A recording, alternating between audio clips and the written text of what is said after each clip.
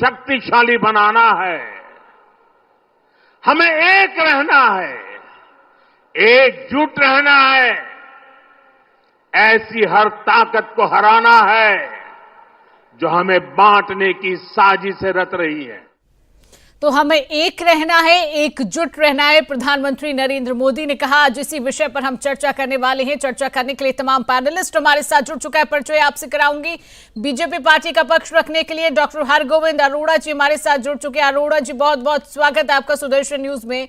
हमारे साथ कांग्रेस पार्टी का पक्ष रखने के लिए पंडित राज शर्मा जी जुड़ चुके हैं। पंडित राज शर्मा जी, आपका बहुत बहुत स्वागत करती हूँ। हमारे साथ राजनीतिक विश्लेषक के तौर पर विश्वनाथ मिश्रा जी है। विश्वनाथ जी, आपका भी बहुत बहुत स्वागत। इतिहासकार नीरा मिश्रा जी हमारे साथ है, आपका भी बहुत बहुत स्वागत करती हूँ सुदर्शन न्यूज में। सबसे पहले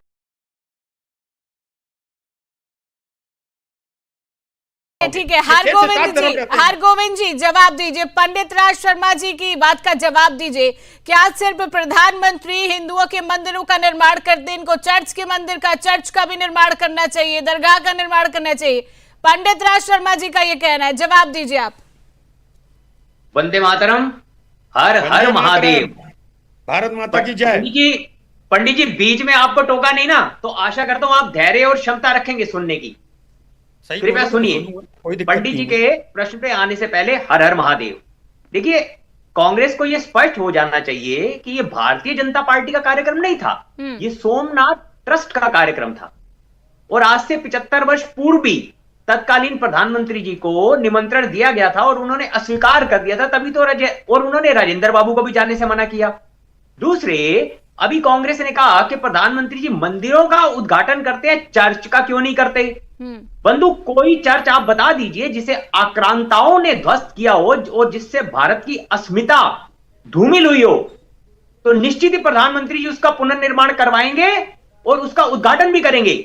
लेकिन देश में विडंबना, आज देश का दुर्भाग्य क्या है कि कांग्रेस को आज ये गौरव के क्षण, बहन जी आपको भी एक गौरव महसूस हो रहा होगा, और मैं तो गौरवान्वित हुई क्योंकि हमारे पूर्वजों ने शहादतें दी हैं और वो आक्रांताओं, और इनके लिए वो क्षण अच्छे थे जो आज से 1000 वर्ष पूर्व हमारी अस्मिता को ध्वस्त किया गया। कांग्रेस के लिए वो क्षण अच्छे थे, आज गौरव के क्षण इनके लिए अच्छे नहीं है। और क्यों ना हो, पूरे विश्व में आक्रांताओं के वो जो देश होंगे, वो राष्ट्र आज कितने खुश होंगे कि उनका बोया हुआ बीज आज भारत में है कांग्रेस के रूप में। कुल्हाड़ी में लकड़ी का दस्ता ना होता तो पेड़ कटने का रास्ता ना होता। हिंदुत्व को खतरा आक्रांताओं से नहीं, अपने यहां बैठे, अपने ही उनसे जिनका पालन पोषण इस मातृभूमि ने किया।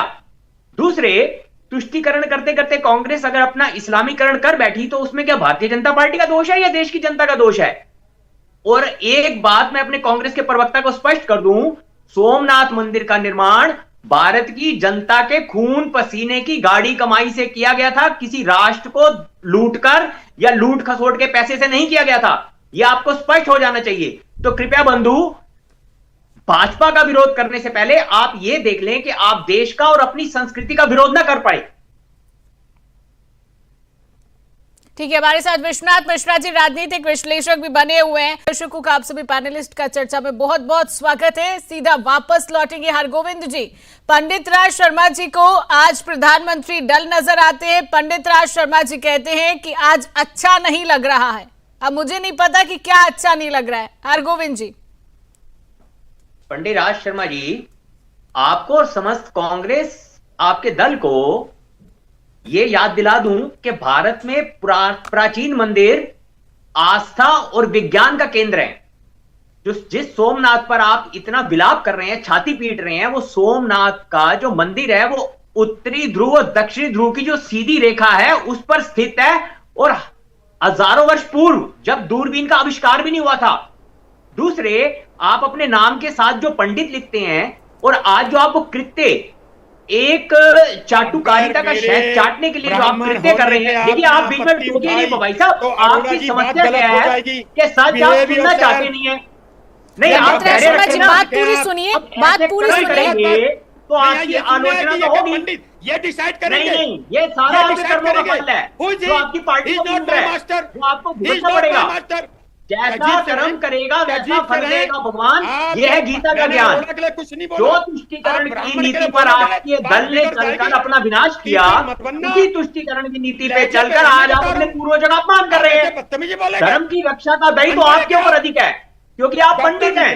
बोलने का लहजा धर्म की रक्षा का और संस्कृति की रक्षा का दायित्व सामान्य व्यक्ति से अधिक पंडित राज शर्मा जी आप पर है, क्योंकि आप पंडित हैं, आप विद्वान उनके। अरे लड़कों को जो बेरोजगार हो गए उन्हें आप सुन तो लीजिए भाई साहब, आप सुनना ही नहीं चाहते, आप सच सुनना ही नहीं चाहते, कभी जनता आपकी सुनती नहीं, और फिर आप कहते हैं वोट चोरी हो गया। तो हमें भी अरे लोग कहेंगे ऐसे क्यों करा? आप सुन लीजिए पंडित जी, धैर्य रखिए। पंडित जी मैं बोल लूं? पंडित जी कहोगे सुनूंगा। पंडित जी आप विद्वान, आप जिस वंश से आते हैं वो विद्वानों का वंश है, आप पंडित हैं, आप लोग ज्ञानी लोग हैं।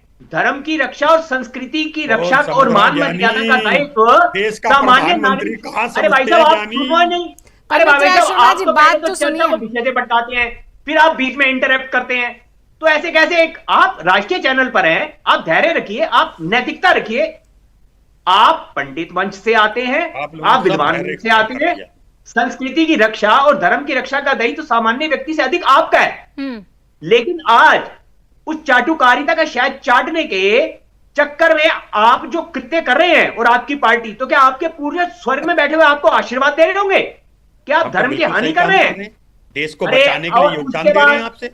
सनातन धर्म के सबसे बड़े दुश्मन आप हैं। दीमक से पेड़ को बचाया जा सकता है, आपसे सनातन धर्म को बचाने के लिए हम ही चल रहे हैं। तो एक स्वस्थ चर्चा चल ही नहीं सकती। सनातन आप एक सम्मानित राष्ट्रीय चैनल पर हैं, पूरा विश्व आपको देख रहा है, और आपका दायित्व, आप अपनी एक पार्टी को रिप्रेजेंट कर रहे हैं। देश का सबसे पुराना राजनीतिक दल है आप अपनी पार्टी को रिप्रेजेंट कर रहे हैं। आप धर्म को तो छोड़ दीजिए, आप तो चैनल पर बैठ के अपनी पार्टी का अपमान कर रहे हैं। और बुरा जो देखन में चला, अरे आप कम से कम देश के अपमान का तो भूल, देश का अपमान तो आपसे एक स्वाभाविक सी बात है, वो तो जनता अपेक्षा करती है कि आप करेंगे देश और संस्कृति का अपमान, लेकिन राष्ट्रीय चैनल पर बैठ के अपने दल का भी अपमान करेंगे आप। अच्छा, आप क्या मास्टर हो गए? क्या आप नहीं स्कूल के प्रिंसिपल हैं? या मैं आपकी रैली में आया? क्या नालायक छात्रों लेके ले आए यहाँ? नालायक छात्रों के लिए मास्टर और मास्टर के डंडे। नीरा जी से समझना चाहूंगी। ठीक है नीरा जी, जिस तरीके से जैसे कि आपने अभी भी कहा कि उन्होंने मुस्लिम्स की जो आक्रांता आए थे जगह जगह से, चाहे वो टर्क हो, चाहे वो मुगल हो, चाहे वो मुगल ये अफगान हो, सबका महिमा मंडल करा और कह रहे लगे कि सब तो वो हमारे सांस्कृतिक, वो हमारे खाली यहाँ पे आके अपनी संस्कृति फैलाना चाह रहे थे, हमारे ऊपर कोई उन्होंने हमारी आक्रमण नहीं करा, वो तो खाली हमसे कहना चाहिए मिलजुल के रहने के लिए आए थे। अगर मिलजुल के लिए रहने के लिए आए थे तो इतने सारे इन्होंने खून खराबा, ढेरों के ढेर कंकाल बना के, और क्यों उनको हमारे हिंदुओं को मारा, उनके जनेऊ के पहाड़ बनाए, ऐसा क्यों करा उन्होंने? और घोरी जैसा इंसान जिसने कि मतलब हमारे जवाहरलाल नेहरू कैसे कह सकते हैं ये बातें? इसलिए कह सकते हैं कि उनके भी मन में या उनके खून में या उनकी पढ़ाई में कुछ ऐसे डीएनए डाल दिया गया था। वो तो ये भी कह रहे थे कि हम लोग ना आर्य जो है ना वो बाहर से आए, हम लोग यहाँ के रहने वाले नहीं है। उनको यही नहीं मालूम आर्य वर्ड का मतलब क्या होता है, जो कि पढ़ा लिखा एक इंसान होता है, जिसको अंग्रेजी में जेंटलमैन कहते हैं। तो इनकी डिस्कवरी ऑफ इंडिया में जितना झूठ लिखा है, उस झूठ के बेसिस पे ही आपको मालूम होगा कि जिस समय हमारी आजादी हुई तो हमारे बहुत बड़े हिस्टोरियंस थे, आर.के. मजूमदार जी ने कहा कि हम अपना इतिहास अपने हिसाब से लिखेंगे, लेकिन उनको हटा दिया गया, उनको रिमूव करके वो एक ताराचंद को ले आए जिसने कि मुगल उस पे पीएचडी करी हुई थी फ्रॉम इलाहाबाद यूनिवर्सिटी, और उनसे लिखा। तो पूरा का पूरा इतिहास जो वो सोचते थे उसके हिसाब से कि मुगल्स जो हैं वो हमारे भाई हैं, हम कहते हैं हमारे भाई हैं क्योंकि वो यहीं पे कन्वर्ट हुए हैं।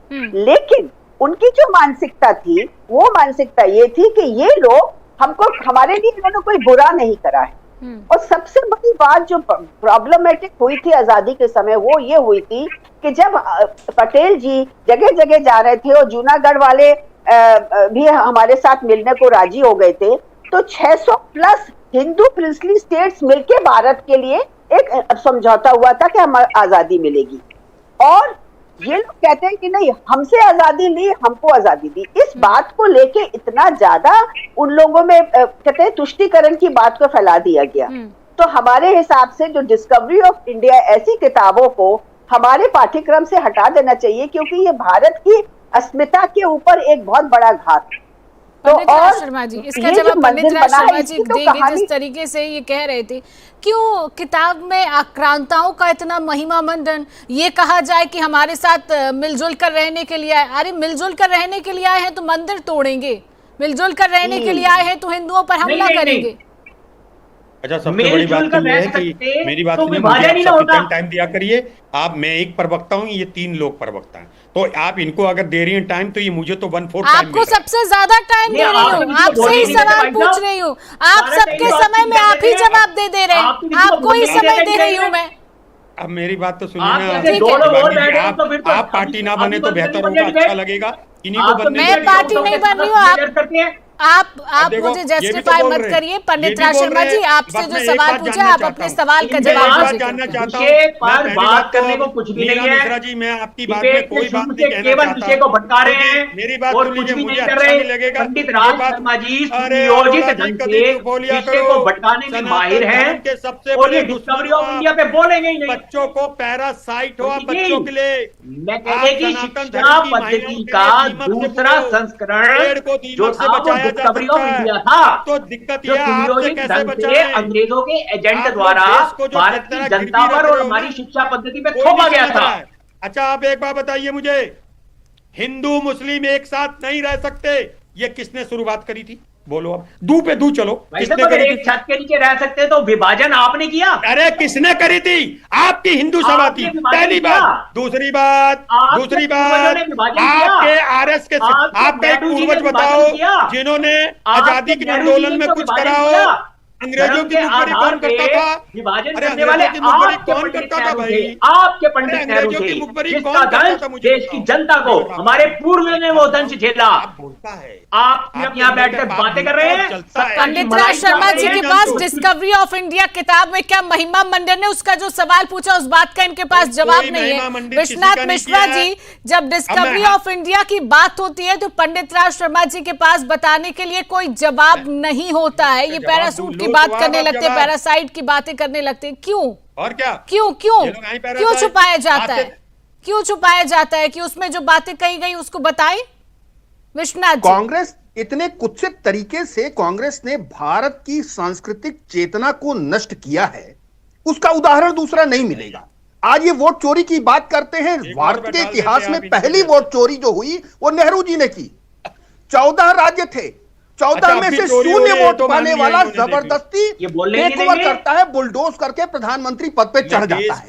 उसके बाद आइए, फिर आपने बंटवारा कर दिया। बंटवारा या तो करते नहीं, एक्सेप्ट नहीं करते, कहते नहीं भाई दोनों साथ रहेंगे, या तो अगर बंटवारा कर दिया था तो बंटवारा खत्म कर देते। जब जमीन तो उतनी चली गई, जमीन उनके सापेक्ष वहां चली गई पाकिस्तान, लेकिन लोग रख लिए ताकि आगे इस कोढ़, ये जो समस्या है, ये इसको पुष्पित पल्लवित कर पाए। उसके बाद हिंदुओं की सांस्कृतिक चेतना को लगातार नष्ट करते रहे। हिंदुओं के धार्मिक जो शिक्षा है उसको बंद कर दी।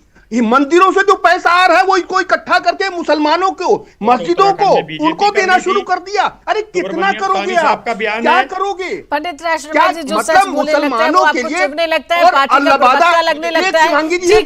ठीक है, समय का अभाव है। आप सभी पैनलिस्ट हमारे साथ जुड़े, आप सभी ने समय दिया, आप सभी का हमारे साथ जुड़ने के लिए समय